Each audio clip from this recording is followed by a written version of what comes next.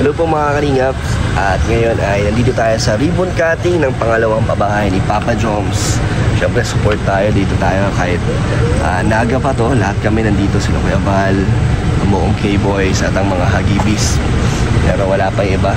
Kaya ang ganda ng pabahay ni Papa Joms. Congrats sa pangalawang pabahay ni Papa Joms. Ang ganda. Kaya kamustahin natin siya. Yan si Papa Joms. At ito kanyang magandang pabahay. Grabe, kulay orange bro. Kalingap Rob. Yes, pagkastang phone mo bro. Ay, yung case. Ganda. So makita yung loob. Ang haba oh. Ang haba ng pabahay oh. Malaki nga bro. Malaki. Gusto ko makita yung loob nito. Tapos may maganda doon no? Hindi niya binuo yung bakod. Ay etong no? May pwesto pa doon. So pwedeng yun, gawing tindahan. Ganda. May bantay na sa tindahan. Bug. Bug yung dun. Ayun Kalingap Jomar Second Pabahay Project from JC23 Solid Group. Ang dami sponsors. David, anong message mo sa kaibigan natin na si Jomar? Sorry bro, may jet lag pa tayo. Lutang pa. Message, congrats syempre Papa Joms. We are so proud of you and sana talagang pag-ingatan ng mga pinabahay ni Papa Joms yung kanyang mga pinaghirapan, mga dugo at pawis ni Papa Joms na pinaglaanan dito sa bahay nito. Siyempre, congratulations dun sa beneficiary niya. Yun lang, sana more pabahay pa and huwag na siyang may stress. Dahil may stress na siya medyo andito na kami. Nalulungkot siya kasi maulan, nag-alala siya. Alala niya siguro ay hindi matutuloy. Pero mag-alala, nakasupport pa rin kami Joms. Yes. Yan bro, ano ibig sabihin ng mga ganitong lamesa? Boss, alam ko boss. Siyempre ang founder ng JCFL. Grabe naman yun. Nandito. Bakit long time no see bro? Bakit wala yung isa? Yung isa? Jens. Sino yun? Di ba dalawa kayong founder? Di ko maalala Wala kasi ngayon pag wala dito. Nangako daw yun. Nangako pa naman, kaso wala dito. Pag wala dito, hindi nakilala. Nakakalimutan ko pag mga ganun. Yung mga nangangako. Dagdag ka na sa basher. Uy, wala akong alam. Wala akong alam dyan. Ayaw kasi yung mga nangangako, tapos hindi nangyayari. Mahirap talaga yung ganun, no? Ano na lang message mo kay Papa Joms? Hayaan mo na si Kuya James. Grabe si Papa Joms. Ito na naman, pangalawang pabahay niya na to, no? Oo, pangalawa. So, alam naman natin, sobrang hirap magpabahay po, lalo sa panahon ngayon. So, ito talagang pabahay na to, parang talagang nilakad niya o talagang ginapang niya para talaga matapos po. At hindi lang basta basta simpleng pabahay lang, talagang napakatibay nito at buong sementado yan. Yan? Whole body? Full body yan. Full body. So congratulations Kalingap Jomar para sa panibagong buhay na naman nabigyan mong pag-asa. Kasama yung grupo mo dito sa mga sumuporta. Andun. Lagi tayo nakasupport syempre. Alam ka naman mawala. Ayan. Pero kay Kuya Jens wala talaga? Sino yun? Wala talaga. Joke lang. Joke lang kay Kuya Jens. Ikaw naman lo. Congrats nakita mo ba yung mga pinagdaanan ni Papa Joms nung binubuo pa tong bahay na to? Kung gaano siya ka-stress. Kitang-kita mo. Grabe, sobrang stress po si Papa Joms kasi di matapos-tapos, umabot ng... Ilang buwan to? Tagal din to Tagal din.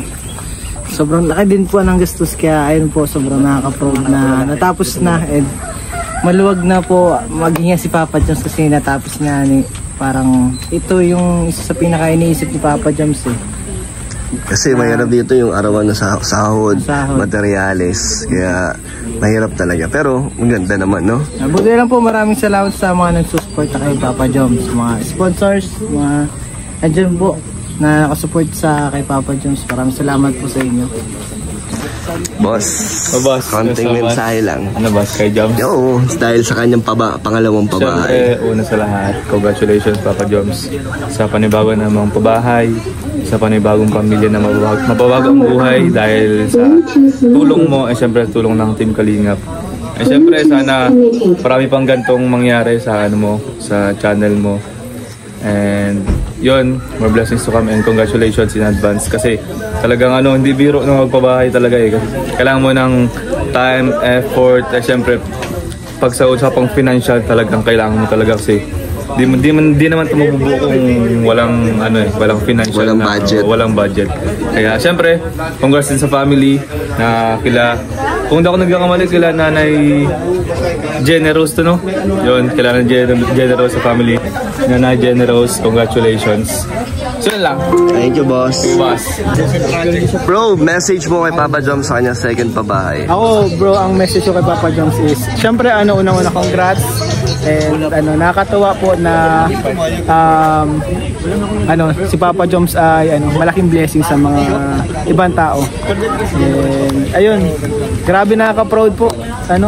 Hindi po biro yung ganito na makapabahay ka kasi Mahirap na ngayon eh. Ang mahal eh. Ang mahal na ng materyales. syempre hindi po madaling makahanap ng budget para sa pabahay. Sana po magtuloy-tuloy pa yung pa. Thank you, bro. Bro, congrats sa iyong pangalawang pabahay. Thank you, bro. Gusto lang tanongin yung mga pinagdaanan mo dito. Ilang buwan ito ginawa? Tagal, bro. 3 months? Siguro mga bro, 5 months. Ay, ang tagal. To 5 months. Bakit umabot ng 5 buwan to, bro? Kasi bro, hindi ko kasi bro to natututukan. Basta ang alam ko nung nasa kami ba kami pumuntang Thailand.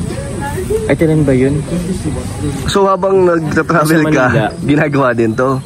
Oo, ginagawa to. Ay, hindi yata yun Thailand. Or dito lang sila lang sa Manila. Basta yun, tawag yan. Matagal na to bro, basta after siya ng birthday ko nung April. So May tumagal siya kasi hindi mo na ma-monitor. Hindi ko na ma-monitor. Pero tuloy-tuloy yun, yung 5 buwan, tuloy-tuloy yun na ginagawa. O yung stop-stop din? May stop din naman.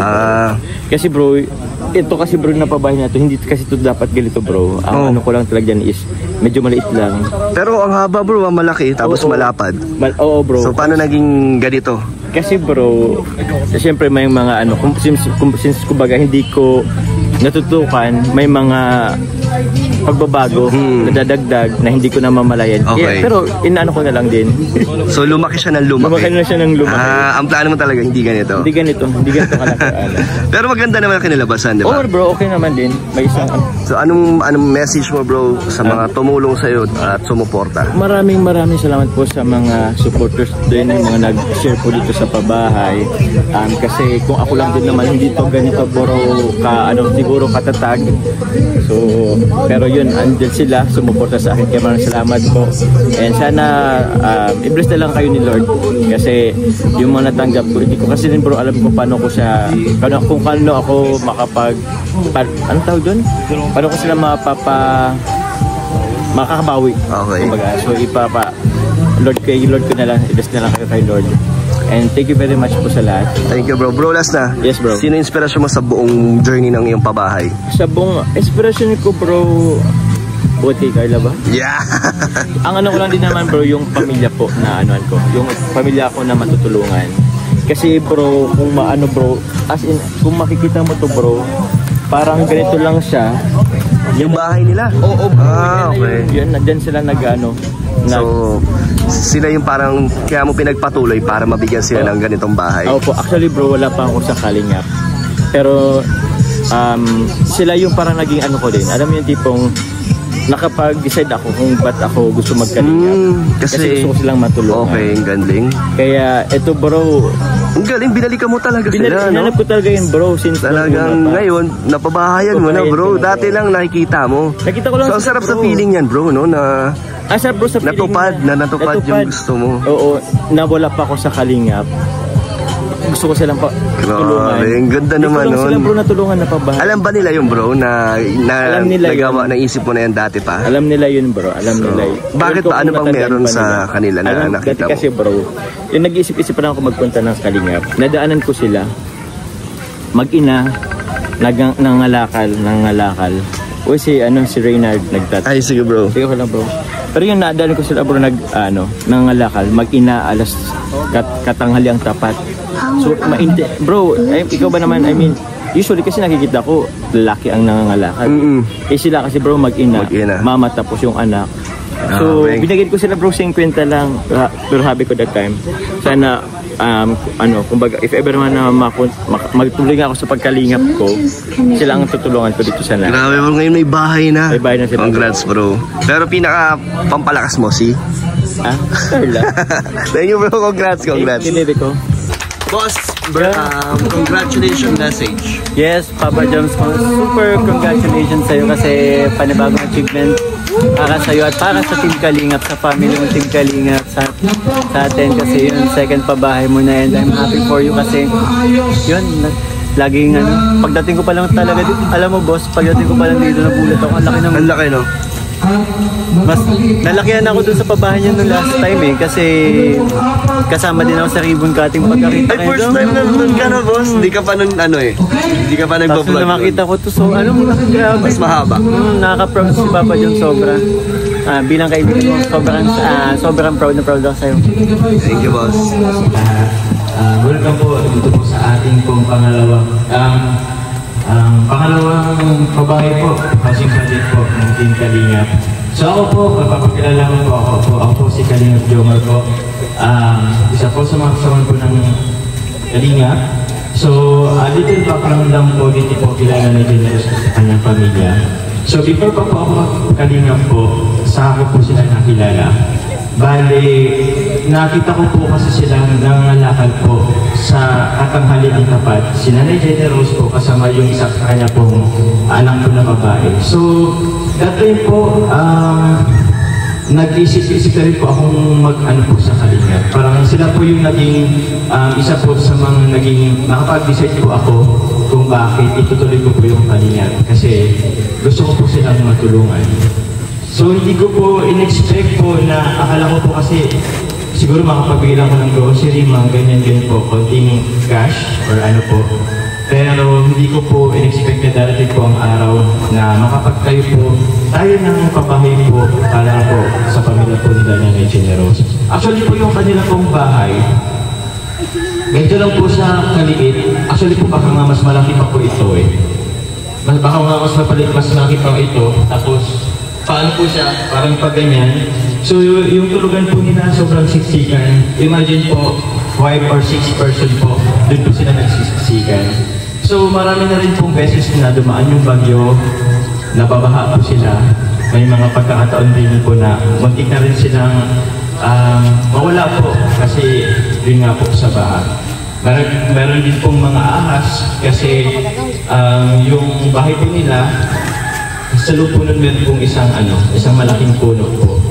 And sa likod po doon, ganito din pong parang palayan din po. So yun po, nung panahon po yun, nung nakilala ko po sila na Generous, sabi ko, one time, pagpasok ko sa Kalingap, hanapan ko sila at tutulungan. Pero ito po, meron po tayong pabahay. Actually po, ito po yung pangalawang pabahay ko po dito po sa Camarines Sur. So, nakakatuwa na po na yung mga blessing po is na-share po natin sa iba.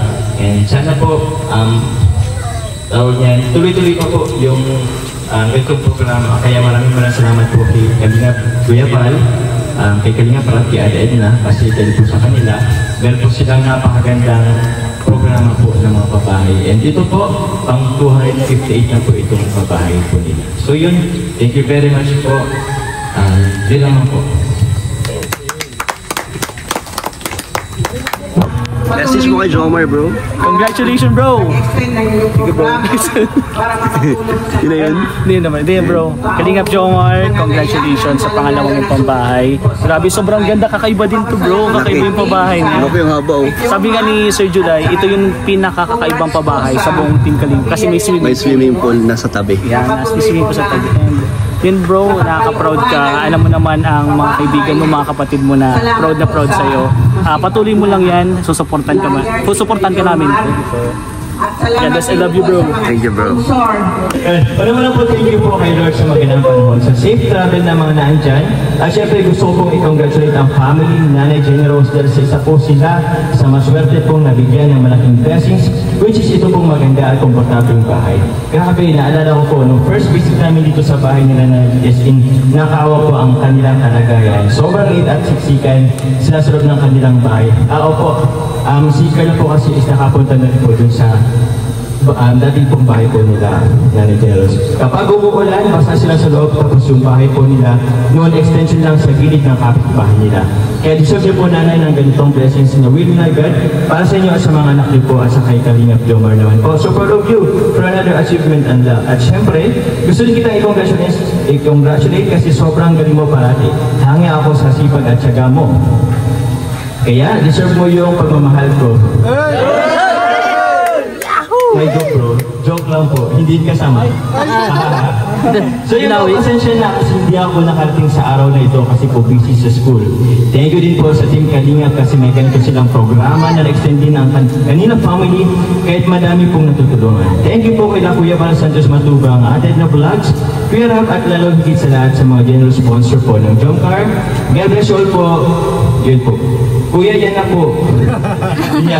So, maraming salamat po kay Carla. Naintindihan ko po, naintindihan namin kung wala ka dito. And masaya ako na napuntan mo rin dati yung kanilang bahay po nila na Generous kung saan, kumbaga, extension na lang po siya nung bahay po nung kanilang kapitbahay. So,